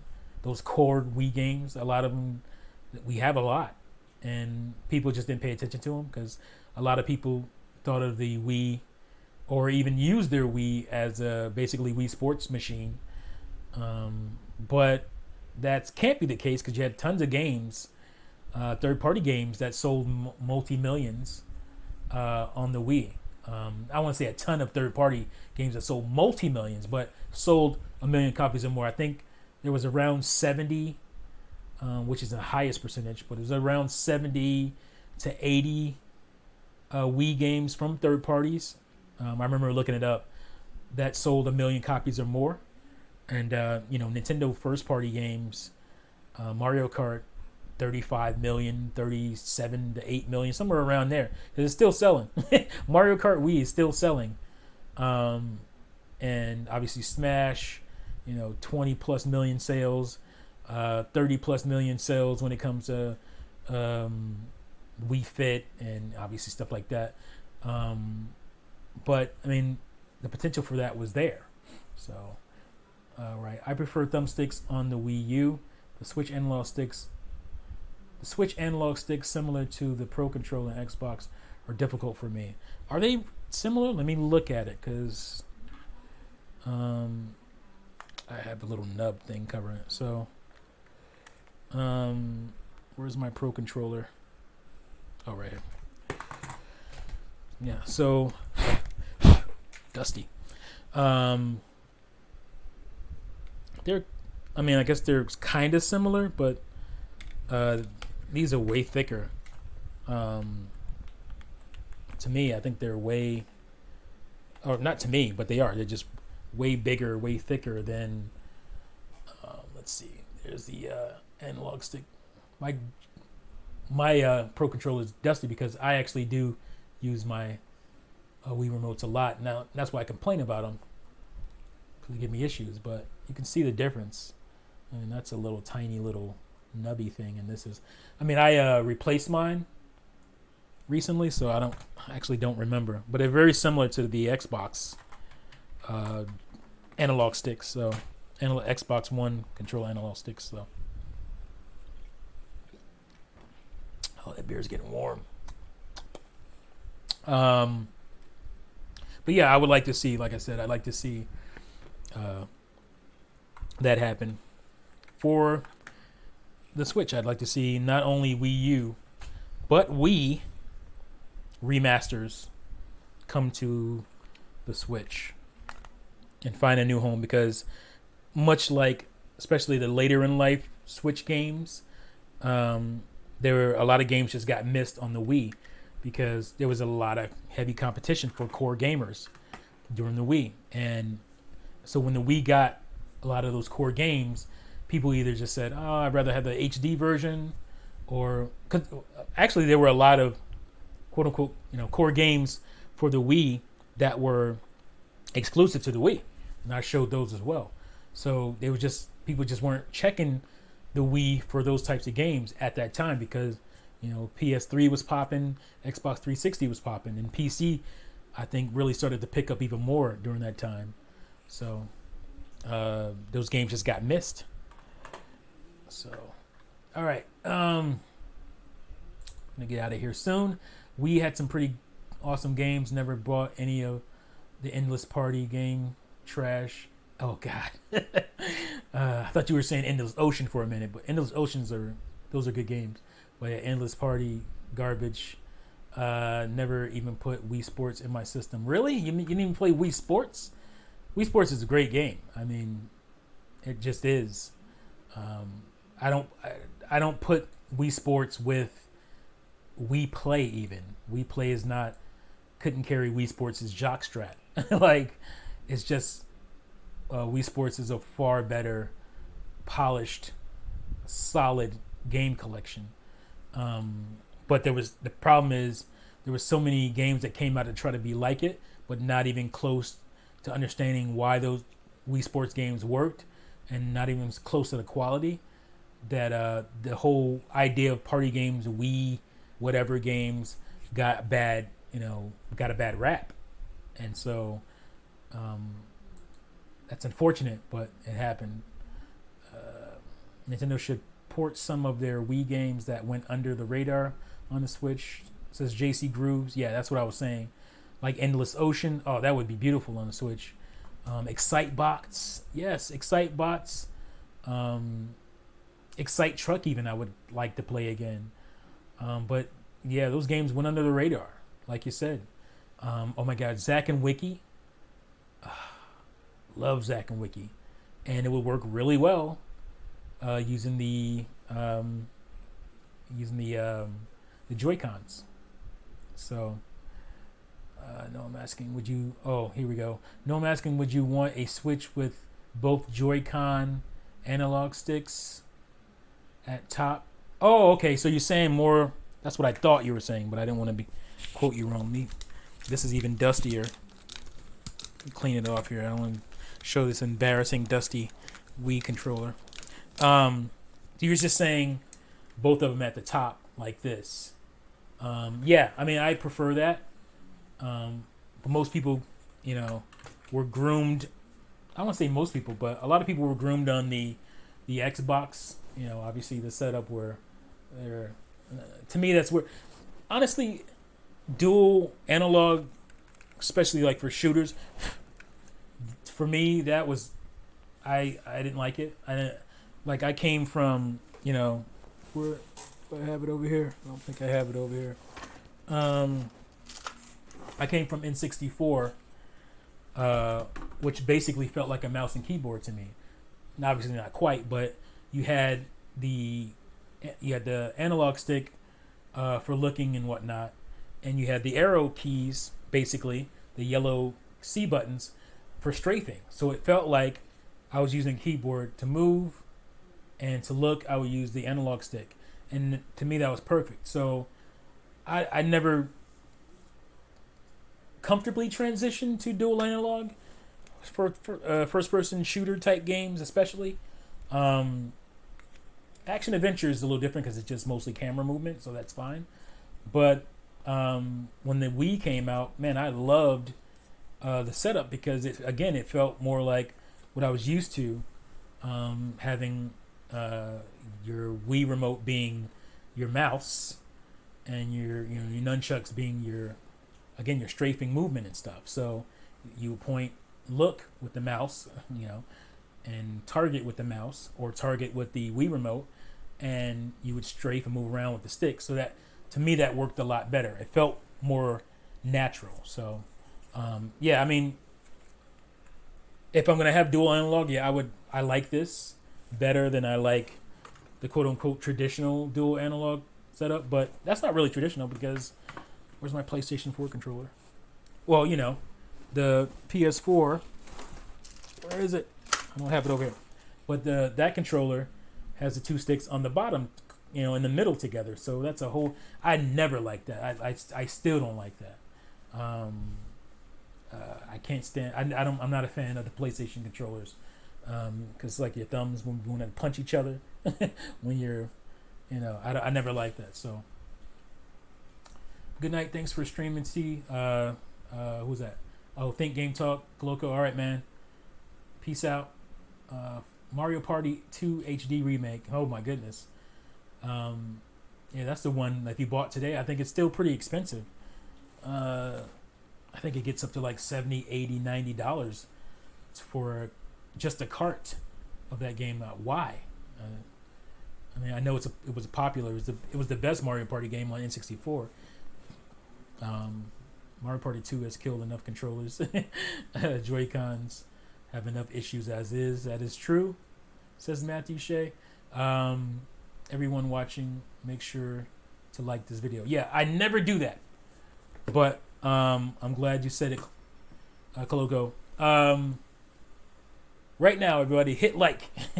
Like the video. This is the stuff that helps, obviously, especially with the way YouTube acts and does crazy stuff these days with their policies and stuff. Antonio, what's up? Did you just get in? We're about to get out of here not too long. What's up, man? Um, yeah, hitting like helps. And I've noticed I've grown, I think, 25 subscribers from yesterday to today. I think that has a lot to do with my video. A lot of people like that video. And that was the first video in a long time of mine that went over 1,000 within the first 24 hours.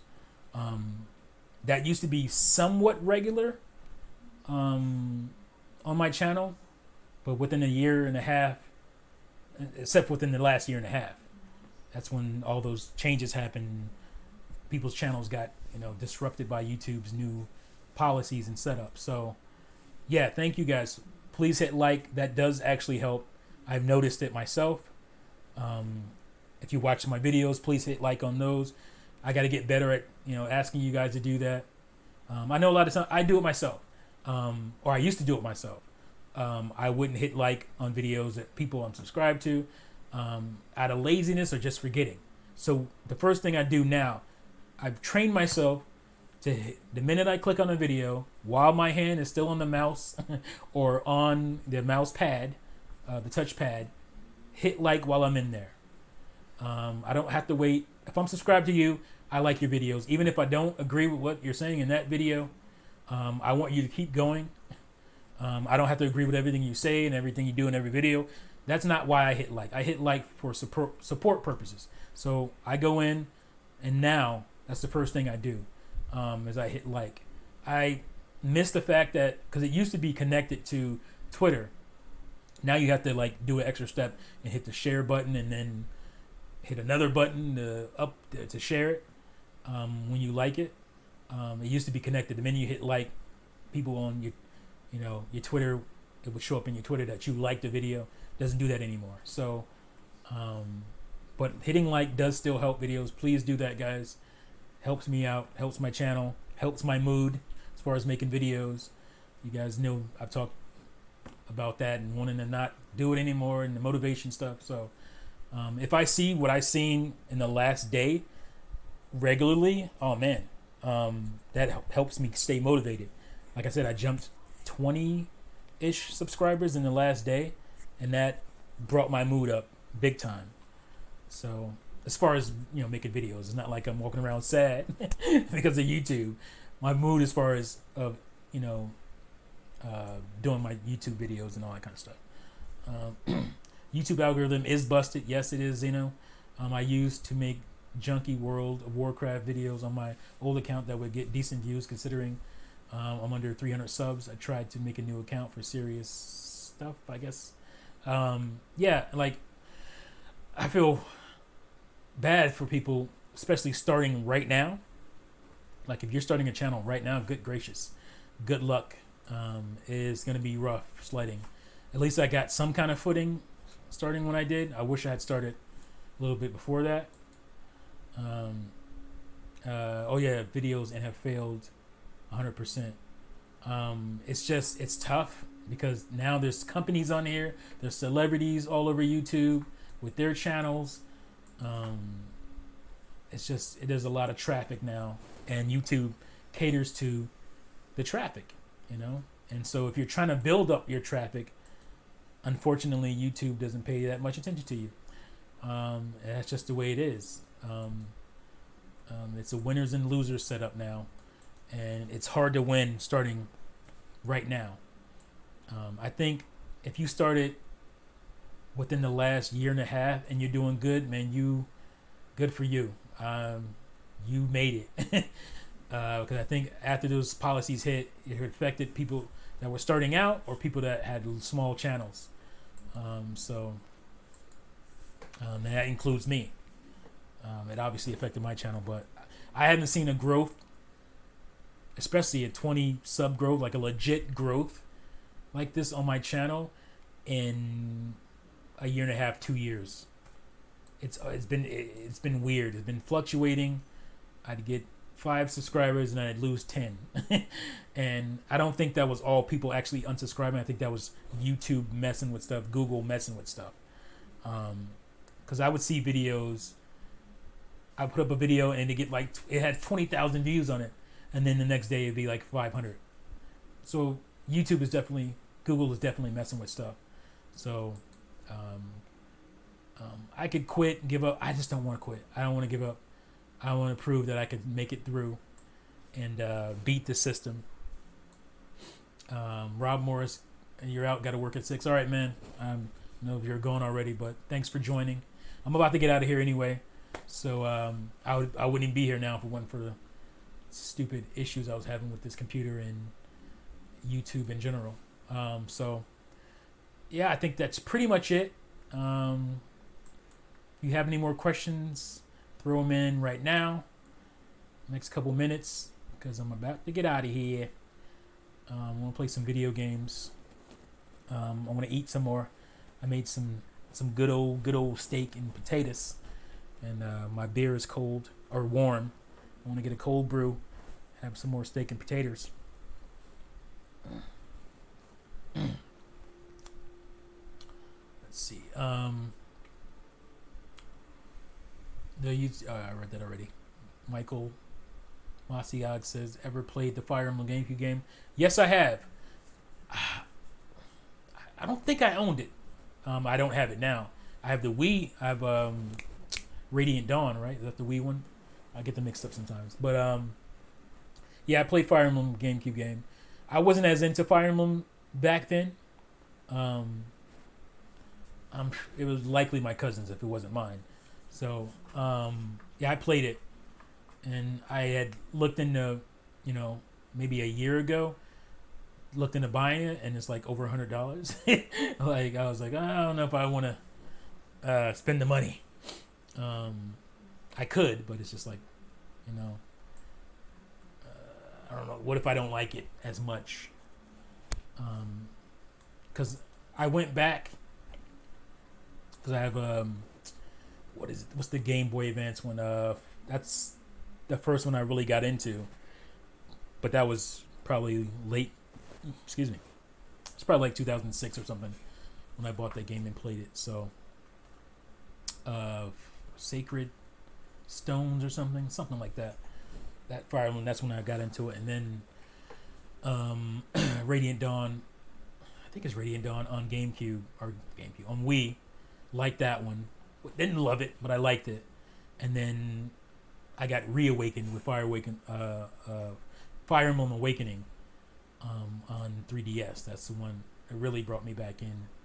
So I heard comments also help. It's all about interact. Yeah, comments also help, obviously. I mean, you can't really comment now. I mean, you guys are in the chat. But my regular videos, if you comment, that's great. Where I'm at right now, I tend to read every comment and mostly respond to every comment. So I try to do that, and I'm going to continue to try to do that.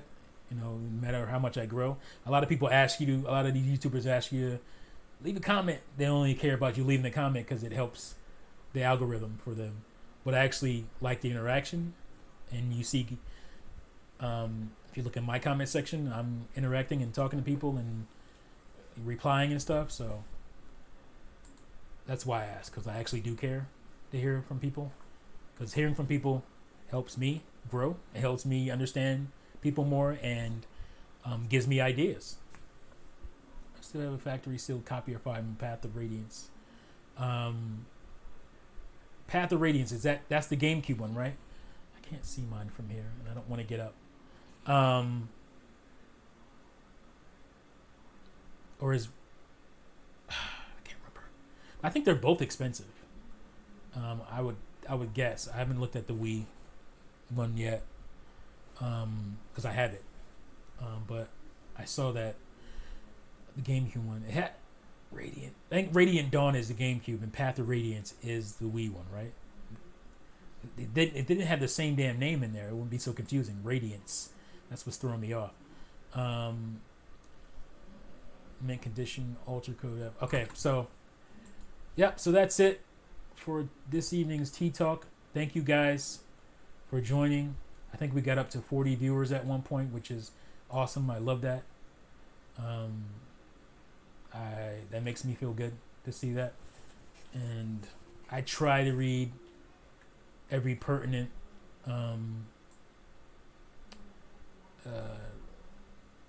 chat message you guys leave.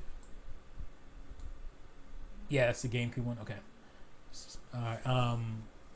And try to read it if it's, like I said, pertinent to what we're talking about. Sure, it would help if what do they call it? If you left a tip, because it comes up. I'm just kidding. I can see it better when you drop a donation. I can see because it comes up in this nice big what do you call it? Highlighted thing. So that helps. But yeah, guys. Thanks again for joining. I really appreciate it. I like this. My channel's going good. I feel good. I feel like it's gonna start growing again, like it did back in the day. And I don't need like crazy growth, just a nice steady growth to keep me engaged and doing this. So thank you guys again for joining me, and I'm sure I'll have a video up tomorrow.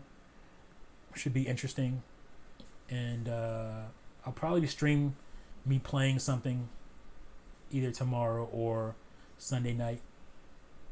I don't know about Sunday night because that's like family day, but maybe. So look out for that. And I feel like I had something else to say. I can't remember. Anyway, thanks guys again. Peace.